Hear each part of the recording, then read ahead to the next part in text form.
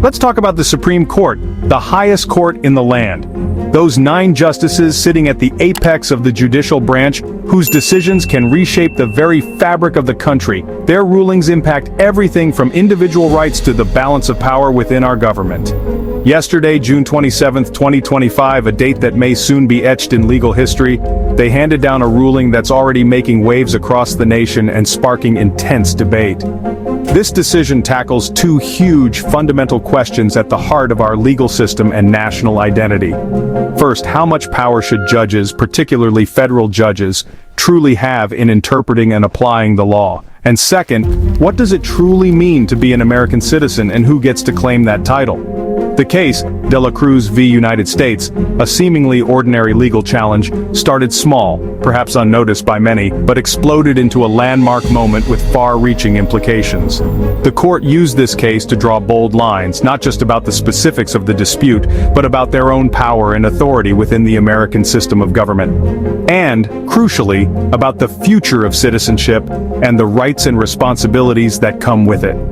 This isn't just abstract legal theory confined to dusty textbooks and academic journals. It directly affects real people, real families, and the very fabric of our communities. We'll break down exactly what the court said about the role and scope of power of judges, the ongoing debate over birthright citizenship, a cornerstone of American identity for generations, and most importantly, why this ruling will likely echo through our legal system and society for years to come, shaping policy and impacting lives.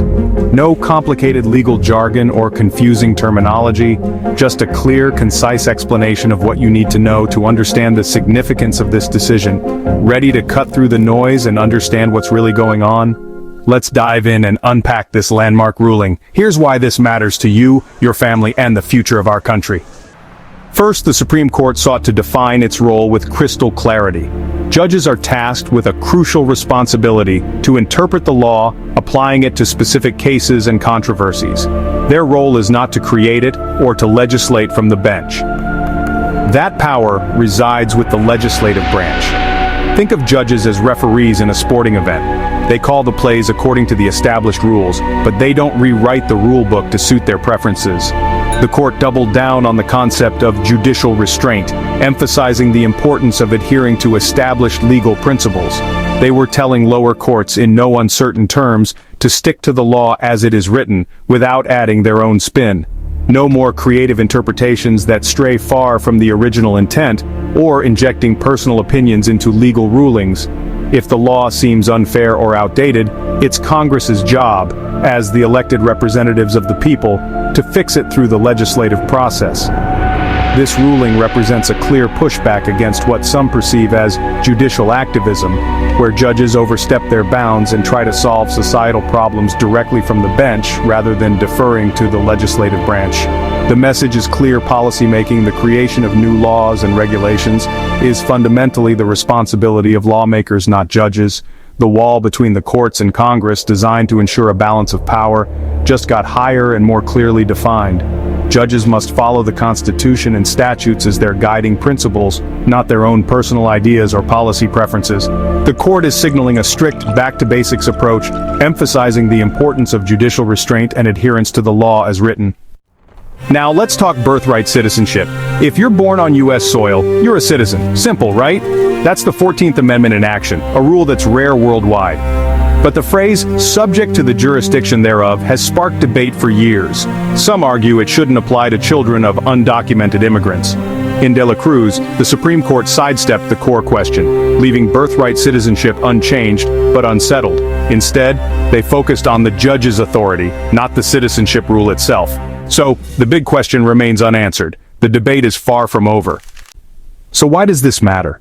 Why should we pay attention to this particular decision and its implications? What would have happened if the court decided to change birthright citizenship? What would the ramifications have been for families and the very fabric of our society if they had altered this fundamental right? Because, in essence, they handed the issue to Congress, shifting the battleground from the courtroom to the halls of legislature.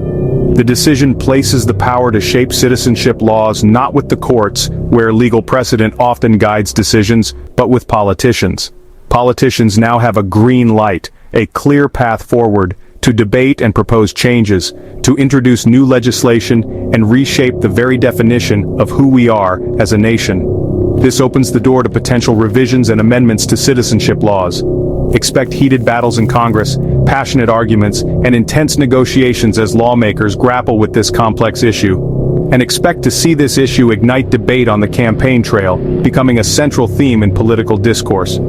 For families, especially immigrant families, this means uncertainty, a period of waiting and watching as the political landscape shifts. Nothing's changed yet. The current laws remain in effect, but the future is up for grabs. The direction of citizenship laws is now subject to the whims of political winds.